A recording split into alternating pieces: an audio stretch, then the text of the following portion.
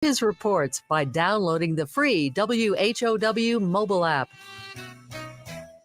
Do you know what to do when a car is pulled over on the side of the road? First, reduce your speed. Second, change lanes if possible. Third, proceed with caution. These 3 simple steps can be the difference between life and death. The next time you're on the road, do the right thing. Slow down, move over, and drive like your life and their life depends on it. Sponsored by the Illinois Broadcasters Association. Aired in cooperation with this station. Thanks to the AAA Auto Club for their financial support in the airing of this message. It's 8 minutes after 7 o'clock here on this Tuesday morning. Top of the morning from the newsroom of Regional Radio and DeWittDailyNews.com. I'm Seth Lawrence with this expanded local newscast brought to you by Baum Chevrolet Buick in Clinton, your Silverado headquarters. And the morning show streams to Facebook and YouTube. It's brought to you by Peterson Insurance, your Pekin insurance agent in Clinton. As DeWitt County searches for its next animal control administrator, the county has suspended agreements with animal control services with a few communities. Dan Matthews is the DeWitt County board chair and indicates the suspension of the agreements is largely because the county cannot fulfill its end. He compliments the Clinton Police Department and the DeWitt County Sheriff's Office for agreeing to help in any way necessary when issues with an animal may arise. We currently, everyone may not know, we do not currently have an animal control officer. Our past officer resigned a couple of weeks ago, and so we are actively searching for a new animal control administrator for the animal shelter. So this motion that came out really was about as much us as it is the cities in Farmer City, Clinton, Waupella, is that we can't hold up our obligations for the agreement right now. So really probably should have said something like suspending the agreement or suspending the obligations until we can get a new officer and, staff back up the way that we should have. And out of that came a good discussion with Chief Lowers yesterday. I kind of jokingly said I had to talk to the sheriff and the chief both in the same day, and don't really want to do that very often, but it was good conversations where they said they will be flexible and they'll help us through. So really that was the crux of what we were trying to do was how are we going to get through this period? And out of that really came good discussions and both and say, hey, we're going to help you guys out, right? We know you can't send anybody out right now for an incident that may require, the animal control officer. So we really just need to get that position filled as quickly as we can so that we can move forward. And, some of these agreements are coming up for renewal and we just need to make them better. There was no intention whatsoever for the board to cancel these agreements. It was just how can we meet the obligations of them. According to Matthews, the agreements with communities in DeWitt County were last put together in 2016. He envisions revisiting those for better enforcement and procedures to reflect the latest in state of Illinois regulations. Well, it was last done in 2016, so it's been 6 years. Back at that time, Chris Rogers and really Chief Lowers spent a lot of time putting together a good agreement. But as we see almost daily, state regulations change. And so we've seen some of those things as we've worked through kind of what goes on at the animal control. So Megan's uncovered some things that we can do better that may go in the agreement. And I think just in enforcement, there's some things in there that we can do better to enforce some of the things in the agreement. So maybe not change it, but maybe really follow everything in there and be consistent with what we do. Matthews credits Christina Deerwester and Megan Myers on the county board for helping at the animal shelter and assisting the county in getting through this period without an administrator. Additionally, he says some Second Chance for Pets volunteers are helping out as well and appreciates their efforts.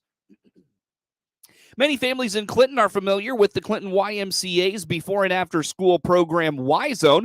Many of those families are likely aware of the Y-Zone Extreme for days when school is not in session, but parents still have to be at work. Executive Director Rennie Kluber indicates Y-Zone is not exclusive to members of the Y, and there is the nonprofit before and after school program.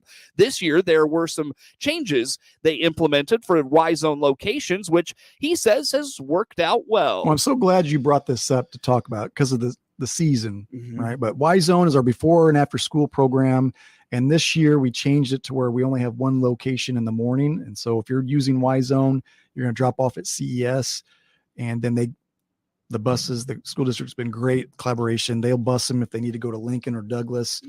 And then same thing in the afternoon. If we have Lincoln school, we have our K1 Y zone. And if you go to Douglas, they'll take you to Lincoln. And then we have 2nd through 5th at CES. And you don't have to be a member to utilize that program. You just have to register. There is a $25 registration fee, and you're good to go. Yeah. And 6:30 to the start of school, which is about 7:50 in that area when the teachers are there and the bell rings and they can go on their day.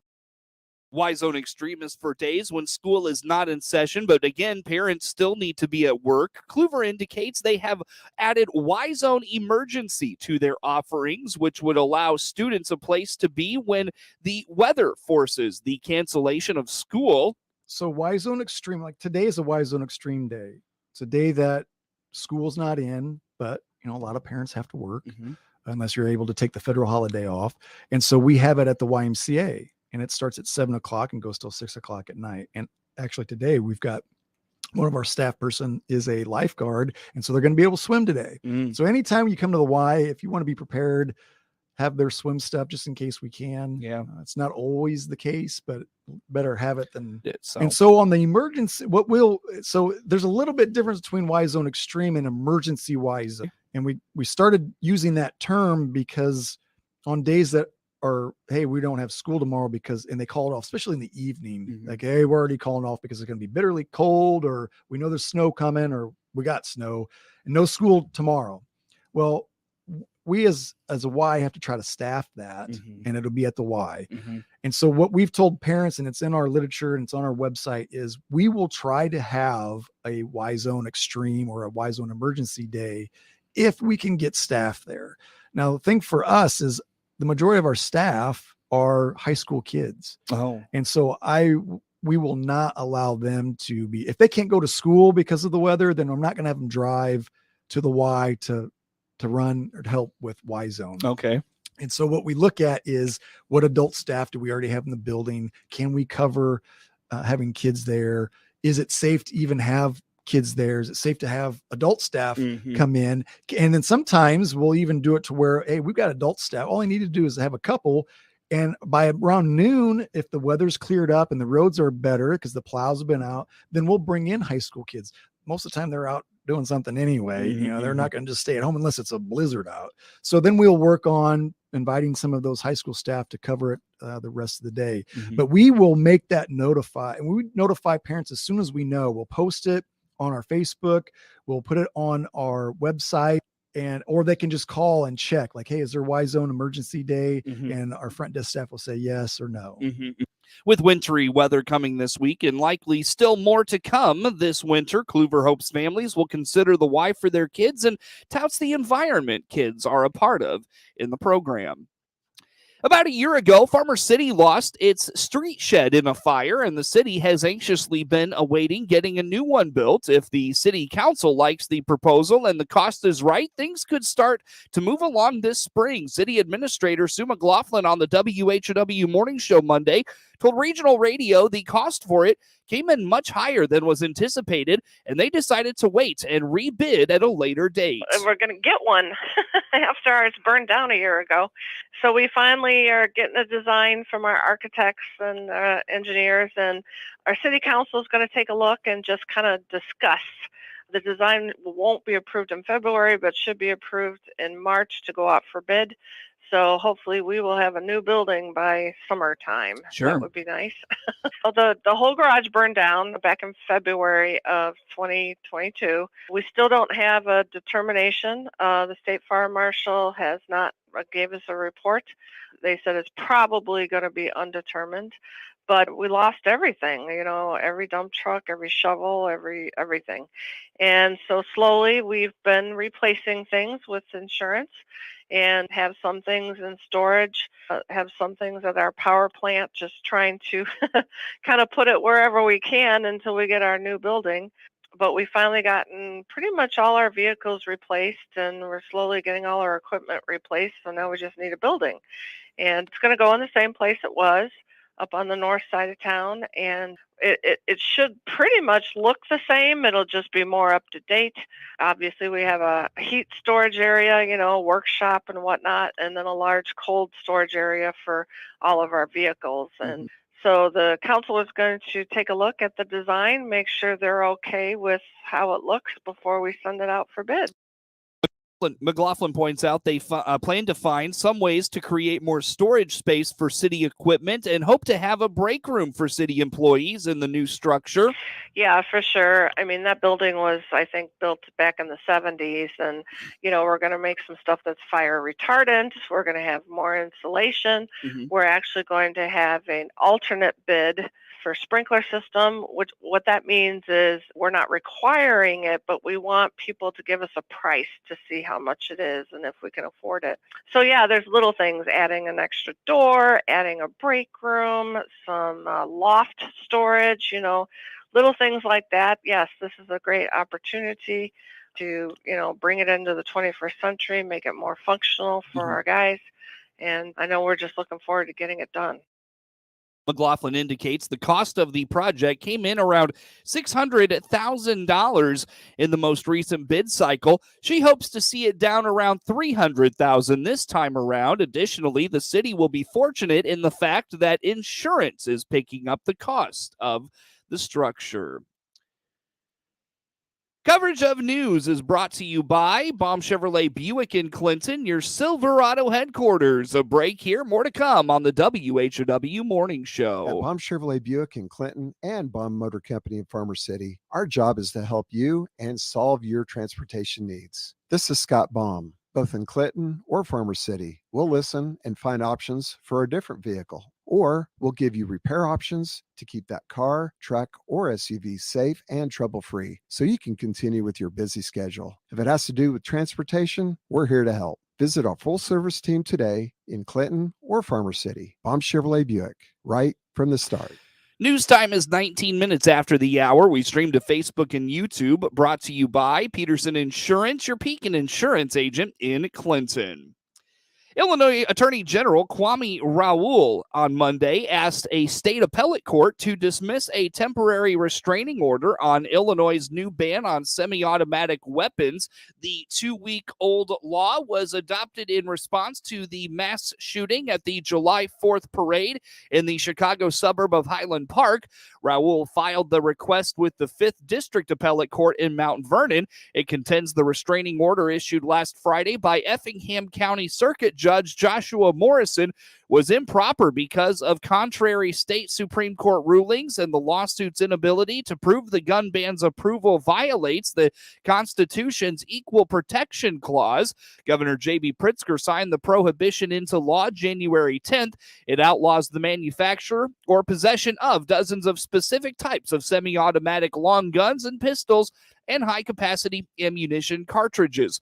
4 gun merchants, led by Accuracy Firearms in Effingham, and 850 individuals filed the lawsuit. It claims the law was improperly enacted and lacking proper public input. It also asserts a violation of the nation's guarantee of equal protection of the law by exempting from enforcement categories of people based on occupation or training retired police officers. For example, Rantoul's appeal disputes those notions and says there is no evidence exemptions are granted unfairly. The law requires those who owned such rapid-fire weapons prior to January 10th to register them with the Illinois State Police before January 1st, 2024.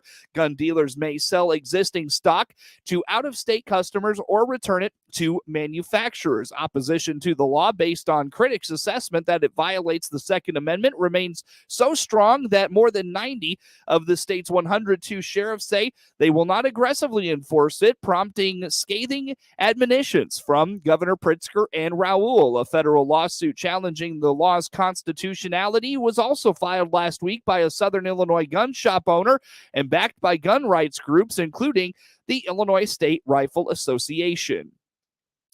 Vanity license plates can be a fun way to express yourself, but Secretary of State Alexi Janulius says there are some just too inappropriate to be approved.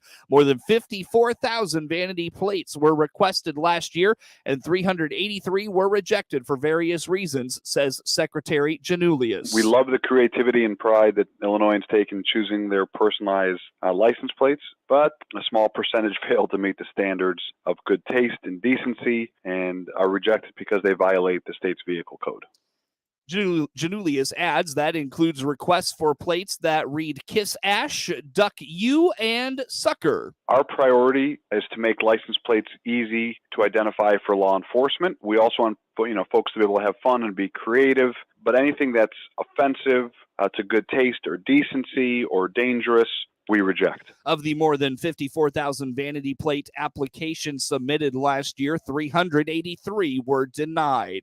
A new law in Illinois ensures free menstrual products are available at state prisons. Access to feminine hygiene products is something sometimes limited behind bars, but this law will make sure inmates at Department of Corrections facilities have what they need, says Senator Selena Villanueva of Chicago. We wanted to make sure that even those who are incarcerated have access to basic hygiene products like tampons, like pads, like underwear, because it's important. And honestly, it has to do with dignity and respect. And that's really why we did it.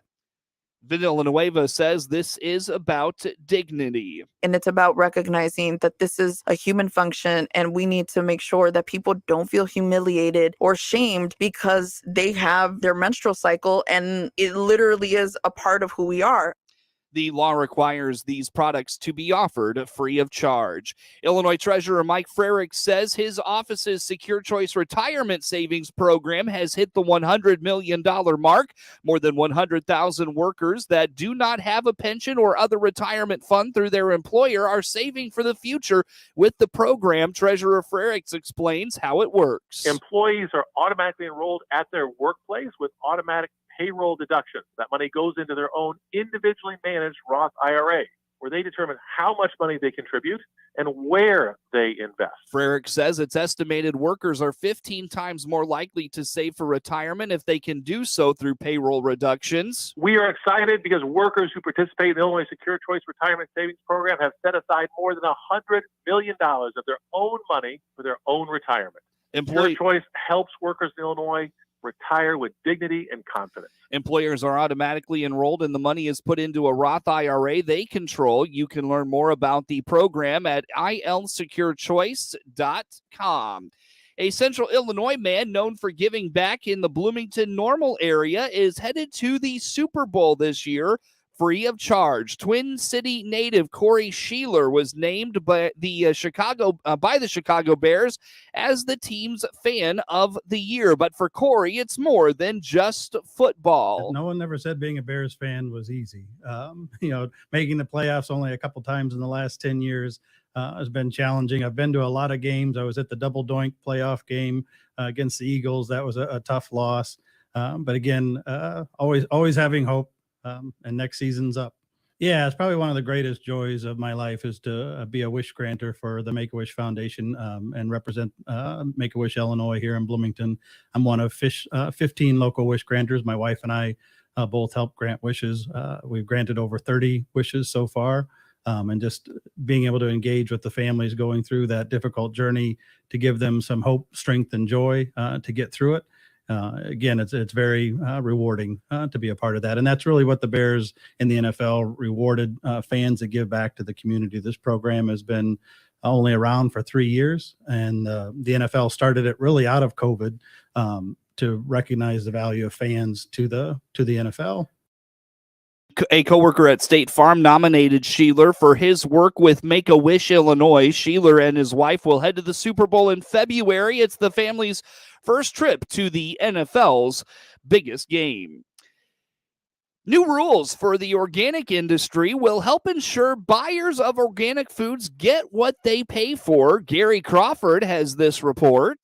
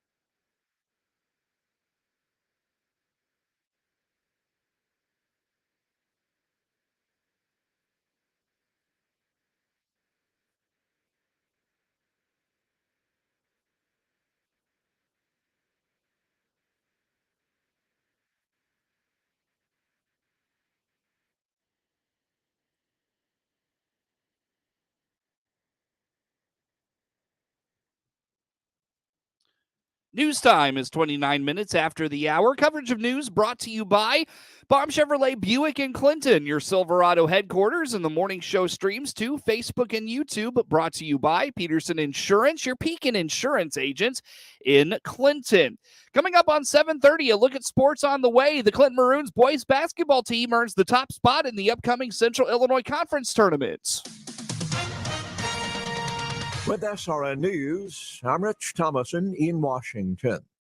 The new chairman of a House investigative committee is asking the Secret Service to provide whatever information it has on visitors to President Biden's Wilmington, Delaware home in the time since he served as vice president.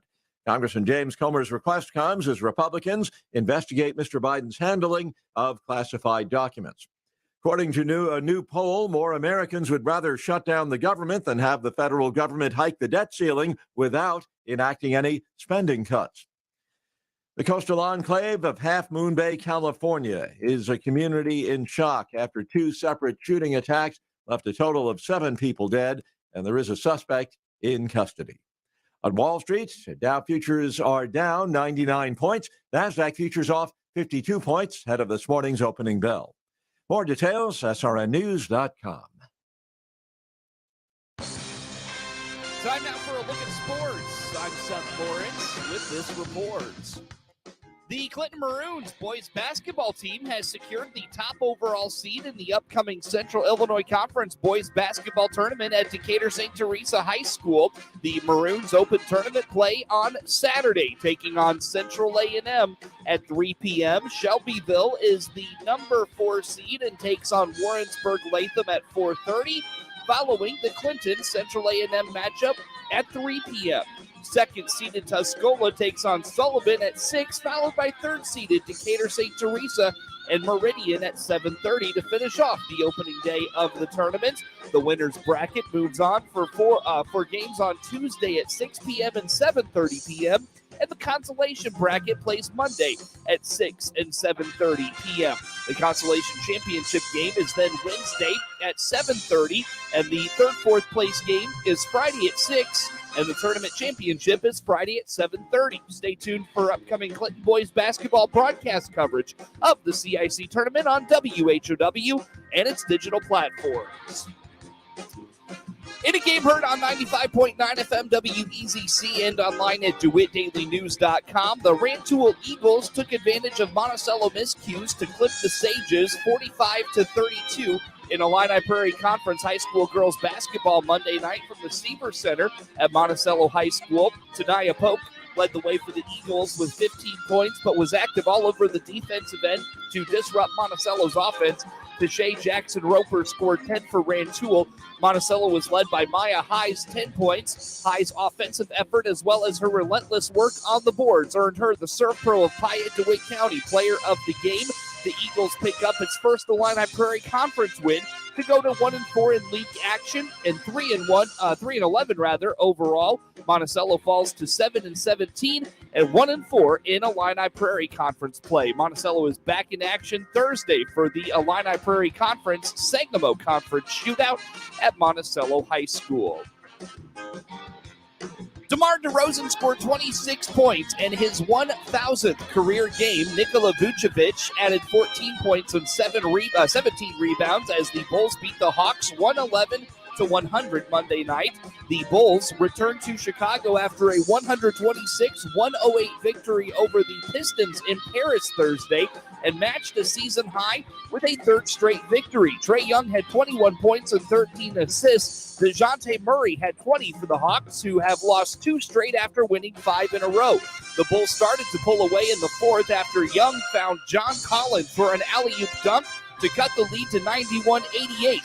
Zach LaVine answered with a 3 and a pair of free throws before DeRozan made a 3 to extend the lead to 99-88 with 5:21 to play. LaVine finished with 20. In the previous 2 meetings in Atlanta, both games ended with a buzzer beater. A.J. Griffin beat the Bulls at the Horn on December 11th, and 10 days later, Ayo Dosunmu returned the favor with a follow shot as time expired. The Bulls controlled most of the second half, Patrick Williams sealed the game with a three-pointer to put Chicago up 108-95 with 1:53 left. Williams finished with 18 and 9 rebounds. Clint Capella had 16 points and 12 boards for Atlanta. The Bulls led 57-48 at the half after Levine scored 12 points on 5 of 9 shooting. Murray led the Hawks with 15. Young was held to 4 points on 1 of 6 shooting. Bulls guard Goran Dragic missed the game with a non-COVID illness. Billy Donovan says Dragic will not travel with the team to Indiana, but may rejoin them during a 3-game road trip. The Bulls are at Indiana tonight. Chicago White Sox outfielder Eloy Jimenez said Monday he is preparing to play more games in the outfield, especially in right field, after Chicago signed Andrew Benintendi to a $75 million 5-year contract. The White Sox also have Luis Robert in center to go with Gavin Sheets and prize prospect Oscar Colas in the mix in right field. Jimenez was sidelined a couple months last season after he had surgery in April to repair a torn hamstring tendon behind his right knee. He returned in July with a career-high 50 starts at the designated hitter spot. Not exactly his favorite opening in the lineup. Asked if he would embrace the DH role this year, Jimenez responded, quote, "I don't know." Jimenez said he has had good communication with Pedro Griffel since he took over as the Sox manager in November. Asked about his offseason conditioning, Jimenez playfully brushed off the question but added, quote, "I'm going to give you a surprise," end quote. Left field was Jimenez's only defensive position in his first 4 years in the majors, making 235 starts at the spot among 316 big league games. But Benintendi has spent most of his career in left field, winning a Gold Glove in 2021 with the Royals. So Jimenez and Griffel have talked about playing right, but the 24-year-old Colas is expected to get a long look at the position in spring training after he hit .314 with 23 homers in the minors last year. Jimenez has been a bit of an adventure in the outfield since he made his big league debut with Chicago in 2019. He missed the start of the 2021 season after he ruptured his left pectoral tendon trying to make a defensive play during an exhibition game, but remains a force at the plate, and there is no questioning his importance in the White Sox lineup. After Jimenez returned last year, he hit .305 with 15 homers, 47 RBIs, and an .895 OPS in his last 73 games. He bashed 31 home runs in his rookie year in 2019, then hit .296 with 14 homers and 41 RBIs in 55 games during the pandemic-shortened 2020 season. Chicago went 81-81 in 2022 and missed the playoffs after reaching the postseason in the previous 2 years. Still, Jimenez has focused at least some of his work on learning how to play right field. In addition to the new position, Jimenez also is preparing for his first season without Jose Abreu after the first baseman left Chicago for a $58.5 million 3-year contract with the Houston Astros in free agency. The Cuban Abreu has been a key figure in Jimenez's career development. The addition of Trey Mancini, who finalized a 2-year contract on Friday that could be worth up to $21 million, is part of a flurry of moves for the Chicago Cubs after it went 74-88 last season. Shortstop Dansby Swanson, right-hander Jameson Taillon, outfielder Cody Bellinger, first baseman Eric Hosmer, reliever Brad Boxberger, and catcher Tucker Barnhart have also signed with the Cubs in free agency. Mancini was in the mix for Team Italy for the World Baseball Classic, but said he has decided to stay in the Cubs camp so he can spend time with his new teammates. When Cubs manager David Ross spoke with Mancini about joining the team, the skipper mentioned playing first base, DH, and the corner outfield spots, and for Mancini, the playing part was the key message. Hosmer finalized his deal with Chicago January 13th. Hosmer hits from the left side of the plate. Mancini is a right-hander, and there's also the DH role. Or Mancini could spell Ian Happ or Saya Suzuki in the outfield. He turns 31 in March and helps Houston win the 2022 World Series after arriving August 1st from Baltimore in a 3-team trade that included Tampa Bay. He hit .239 with 18 homers and 63 RBIs in 143 games. After the trade, though, Mancini hit just a .176 with 8 homers, 22 RBIs, and a .622 OPS, becoming a part-time player for Houston in October. He went just 1 for 21 with 8 strikeouts in his first postseason. He was pressed into service in Game 5 of the World Series when Gold Glove first baseman Yuli Gurriel sprained his right knee, and Mancini, playing in the field for the first time in a month, turned a terrific defensive play that helped the Astros hold on for a 3-2 victory. Mancini is a career .265 hitter with 125 home runs and a .787 OPS in 752 games. He finished third in 2017's AL Rookie of the Year, balloting with the Orioles, then hit .291 with 35 homers, 97 RBIs, and an .899 OPS in 2019. But missed the 2020 season after he was diagnosed with colon cancer, then won the 2021 AL Comeback Rookie of the Year, or Comeback Player of the Year, rather, after hitting .255 with 21 homers in 141 games for the Orioles. While Mancini returned in 2021, he said he did not start feeling normal physically until early last season. Get sports anytime from your computer or mobile device at DeWittDailyNews.com. This is staff meteorologist Jennifer Wojcicki with your regional radio forecast. A winter weather advisory begins at 9 p.m. tonight and continues until 6 p.m. tomorrow evening. A winter storm warning begins at 9 p.m. tonight and continues until 6 p.m. tomorrow evening. 40 today, under cloudy skies, winds out of the southwest 5 to 10 miles per hour. 33 tonight, a mixture of precipitation likely. Hear weather twice an hour or online anytime at DeWittDailyNews.com. Currently, it's 32. Hello again, everyone.